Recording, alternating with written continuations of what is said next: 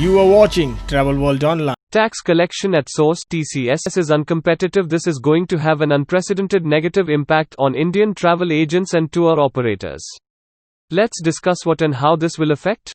TCS. This is something which is in discussion since last more than 9 months, when it was declared in the budget, in the finance budget by the Honorable Finance Minister. Now, it's to start with, it's a very good initiative by the government, because they want to track and they want to catch hold of the people who are spending on travel but not paying the taxes in India.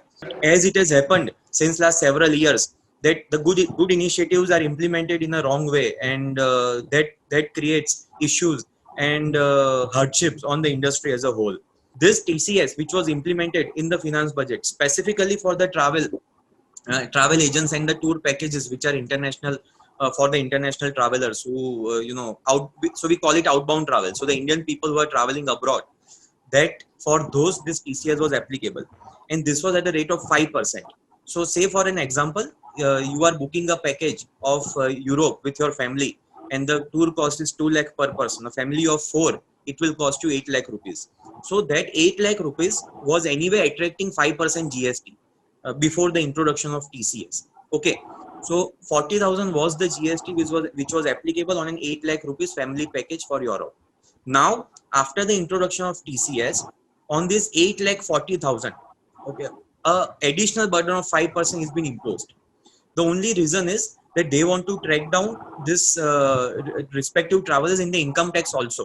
So however, they were paying the tour operators were collecting and paying GST, but it was difficult to track down the individual travelers.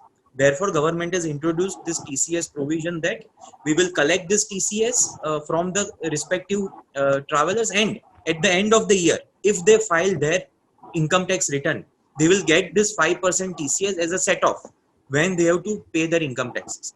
So this is very crucial point, that this is not an additional tax. However, it is being collected beforehand.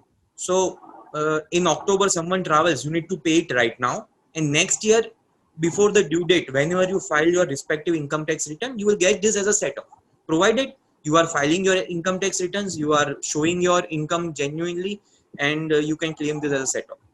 So I will repeat that good initiative, but the time at which it has been introduced, when the travel industry is currently even thriving to survive, we are handling more than 100 travel agents across India, and we see their plight. You see Bombay, Gujarat, Delhi, across India, people have started, post this lockdown, people have started traveling in their own cars to the nearby destinations, and that's the reason, as per the IATA report, the air issued in September, the air travel is down whooping 82% than what it used to be in this current quarter.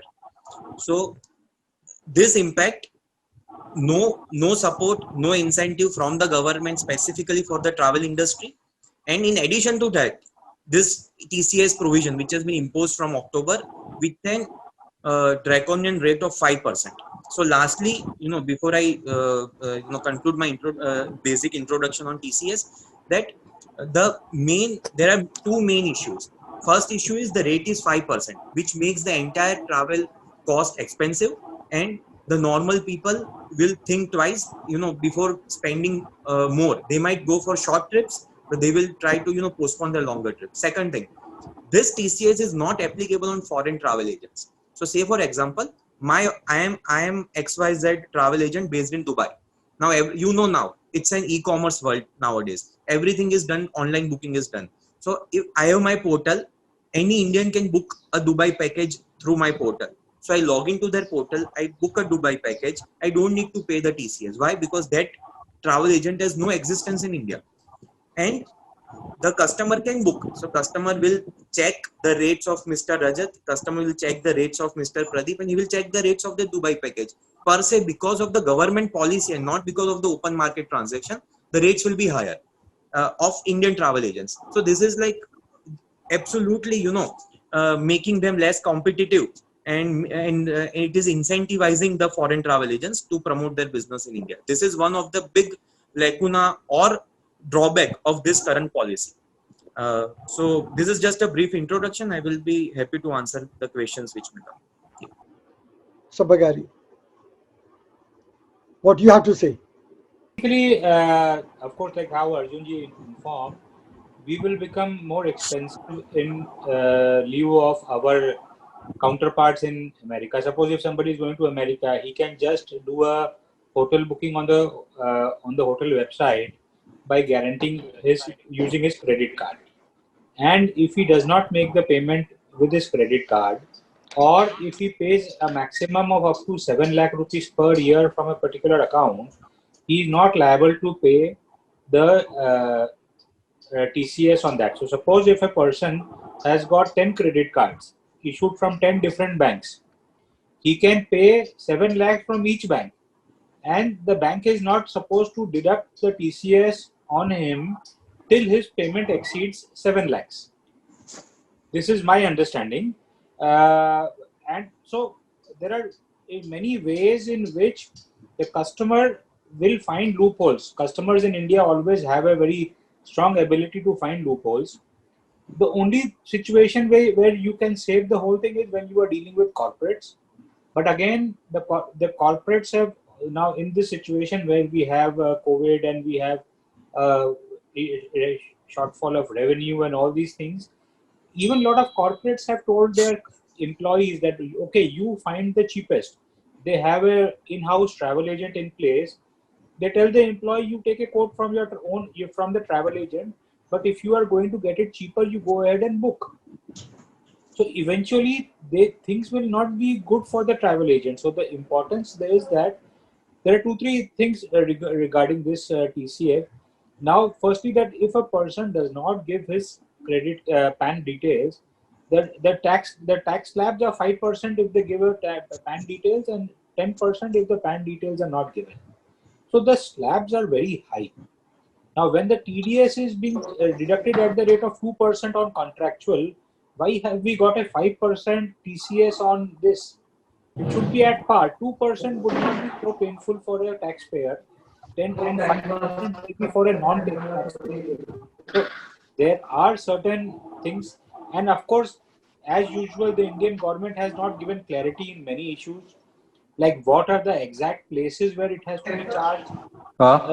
These are litigations which they create. They want the so like in terms of GST, what they did, they kept it vague so that more people can keep on paying more and more. So what happens is they check the law of averages. If 50% comply with certain criteria, then 50% don't comply with that other criteria, they match the lower people to comply with the maximum. So the government keeps their wordings very vague, and then they just, it is like they're throwing the ball in the court and then letting people play with it, and then they see how best we get the tax collection. So there are a lot of question marks in what are the, where are the, what all does this cover and all these. So neither is the government clear on all this, neither is the government listening on our demands or requests to reduce it. Of course, we understand that this might, like Arjunji mentioned, this is a good thing, it should be there, but at the same time, it should be on a reasonable basis. We can have Pradeep. Mr. Lula, what's your take on this? Judge says I completely endorse it, but over and above that, I personally feel that the government should, at this time, not use us for computing there or to getting more people on the tax net. And the other thing is now the charge of 5% is over and above the GST. You know, on your tour package, there is a GST of 5%, and then there is a 5% if you're a PAN card holder. TCS. Now, this actually increases the cost by 10%, and as Mr. Akrowala said, that it is not liable for outbound tour packages if you book outside the country. So therefore, there is definitely a disparity, and people will not see it as an advance tax, though the government's intention is to make people come on the tax net, but people will see that it's an additional cost. And that, of course, they will get it when they file when their returns are finalized after 18 months. But as association, what is your next step? Yeah, so the association now basically, of course, initially we didn't want it to come. Then we asked for deferment, saying that we want we want them to form a small kind of a committee where we could be involved. But unfortunately, that did not happen. We have written to every department, right from Ministry of Finance to Ministry of Tourism, to the Prime Minister himself, and to DGCA, saying that this will which has happened now, this will only basically the business. There's also an erosion of wealth over and above the scare which is there of traveling. Firstly, the borders are closed, so people cannot travel. Secondly, there's an erosion of wealth. And as Mr. Akrowala said, that there is 82% actually loss of demand. Now, with all this infrastructure which has been created, the new airports, the new the hotels and everything. Now, if there's a flow of traffic both ways. It's not that the airlines also operate on basis that they should have flow of people coming from there to India and vice versa. So therefore, this will also affect, according to me, tourism, and on the greater extent, this will actually make the government earn less revenue. But as Taffy, we definitely feel that this will have a negative effect on our passengers and on us. Unfortunately, in the travel industry, they consider as a sin industry like liquor and other things. But I believe that in luxury cars, there is a TCS of 1%. So now basically, I also feel what Hetang has said, that the government should look at lowering the TCS amount to a much lower level of 1%, so the cost consideration is not there. Mr. Akrowala can also reply on this. Yes. There on luxury cars is 1%, Yeah. and I think on the other goods, on the e-commerce, it is, if I'm not mistaken, it's 0.10%. Yes, true. So therefore, if I mean, we are only looking at the government looking at it objectively. Also, they can get their own objection or own objective of getting people on the net, and at the same time, if they lower it, if they have an abatement which is at the range of 1%, it can be a win-win situation. Yes, Arjun. What's your take? Yeah.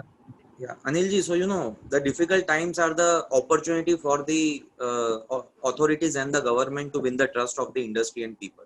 So this is the time wherein government can come forward and win the trust of the industry, which has been neglected till now.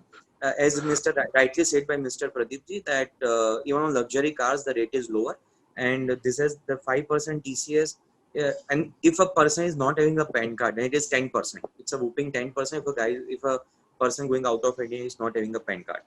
So because of this, the lacuna and the discrepancies which we discussed will be promoted. So this should be the time wherein government should come forward, and they are not going to lose anything, because at the end of the day, their motive is to track the travelers. True. So even if it is 1% or 5%, the each and every travel will be tracked. Each and every traveler's details will be submitted on the respective portal, and government will get their records.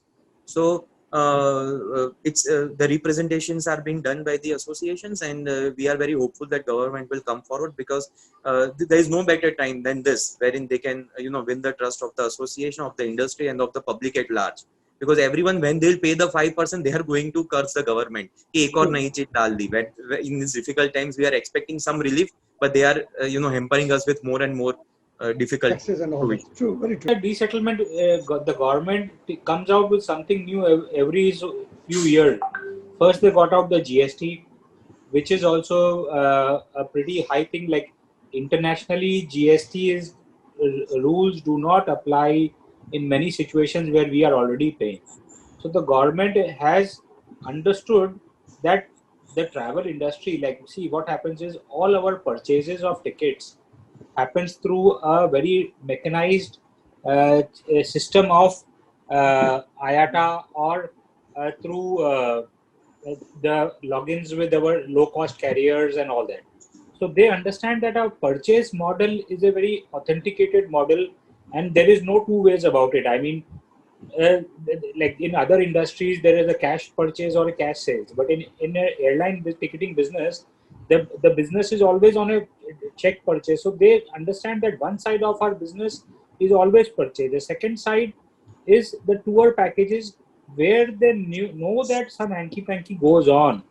Now, like what happens? Suppose if you look at a small, there are a lot of when you see a Kesari kind of a tour company, they have got a lot of people from farmers and all these people. They go, they don't have a PAN card.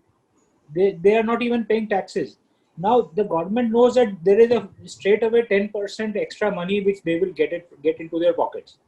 So the government has a clear idea about the wide range of people from where they will get a clear 10% into their pockets. The corporates, of course, will claim the TCS, they will get the credit.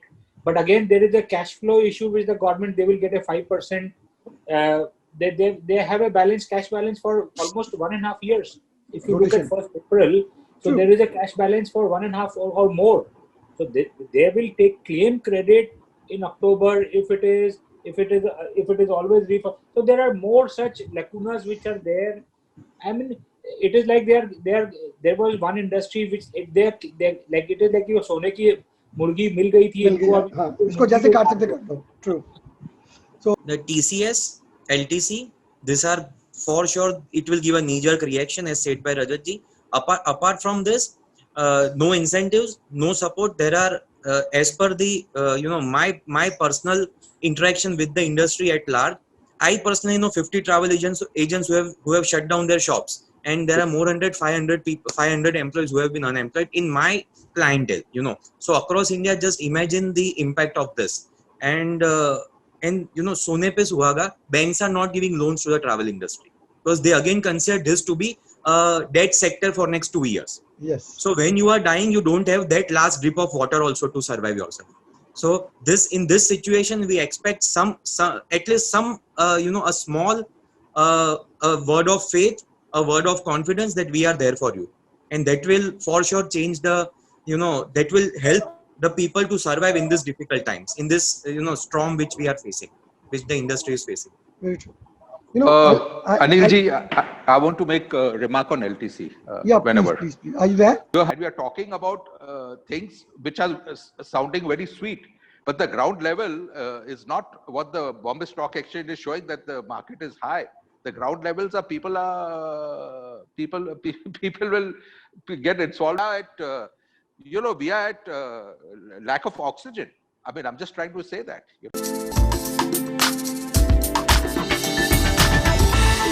You are watching Travel World Online.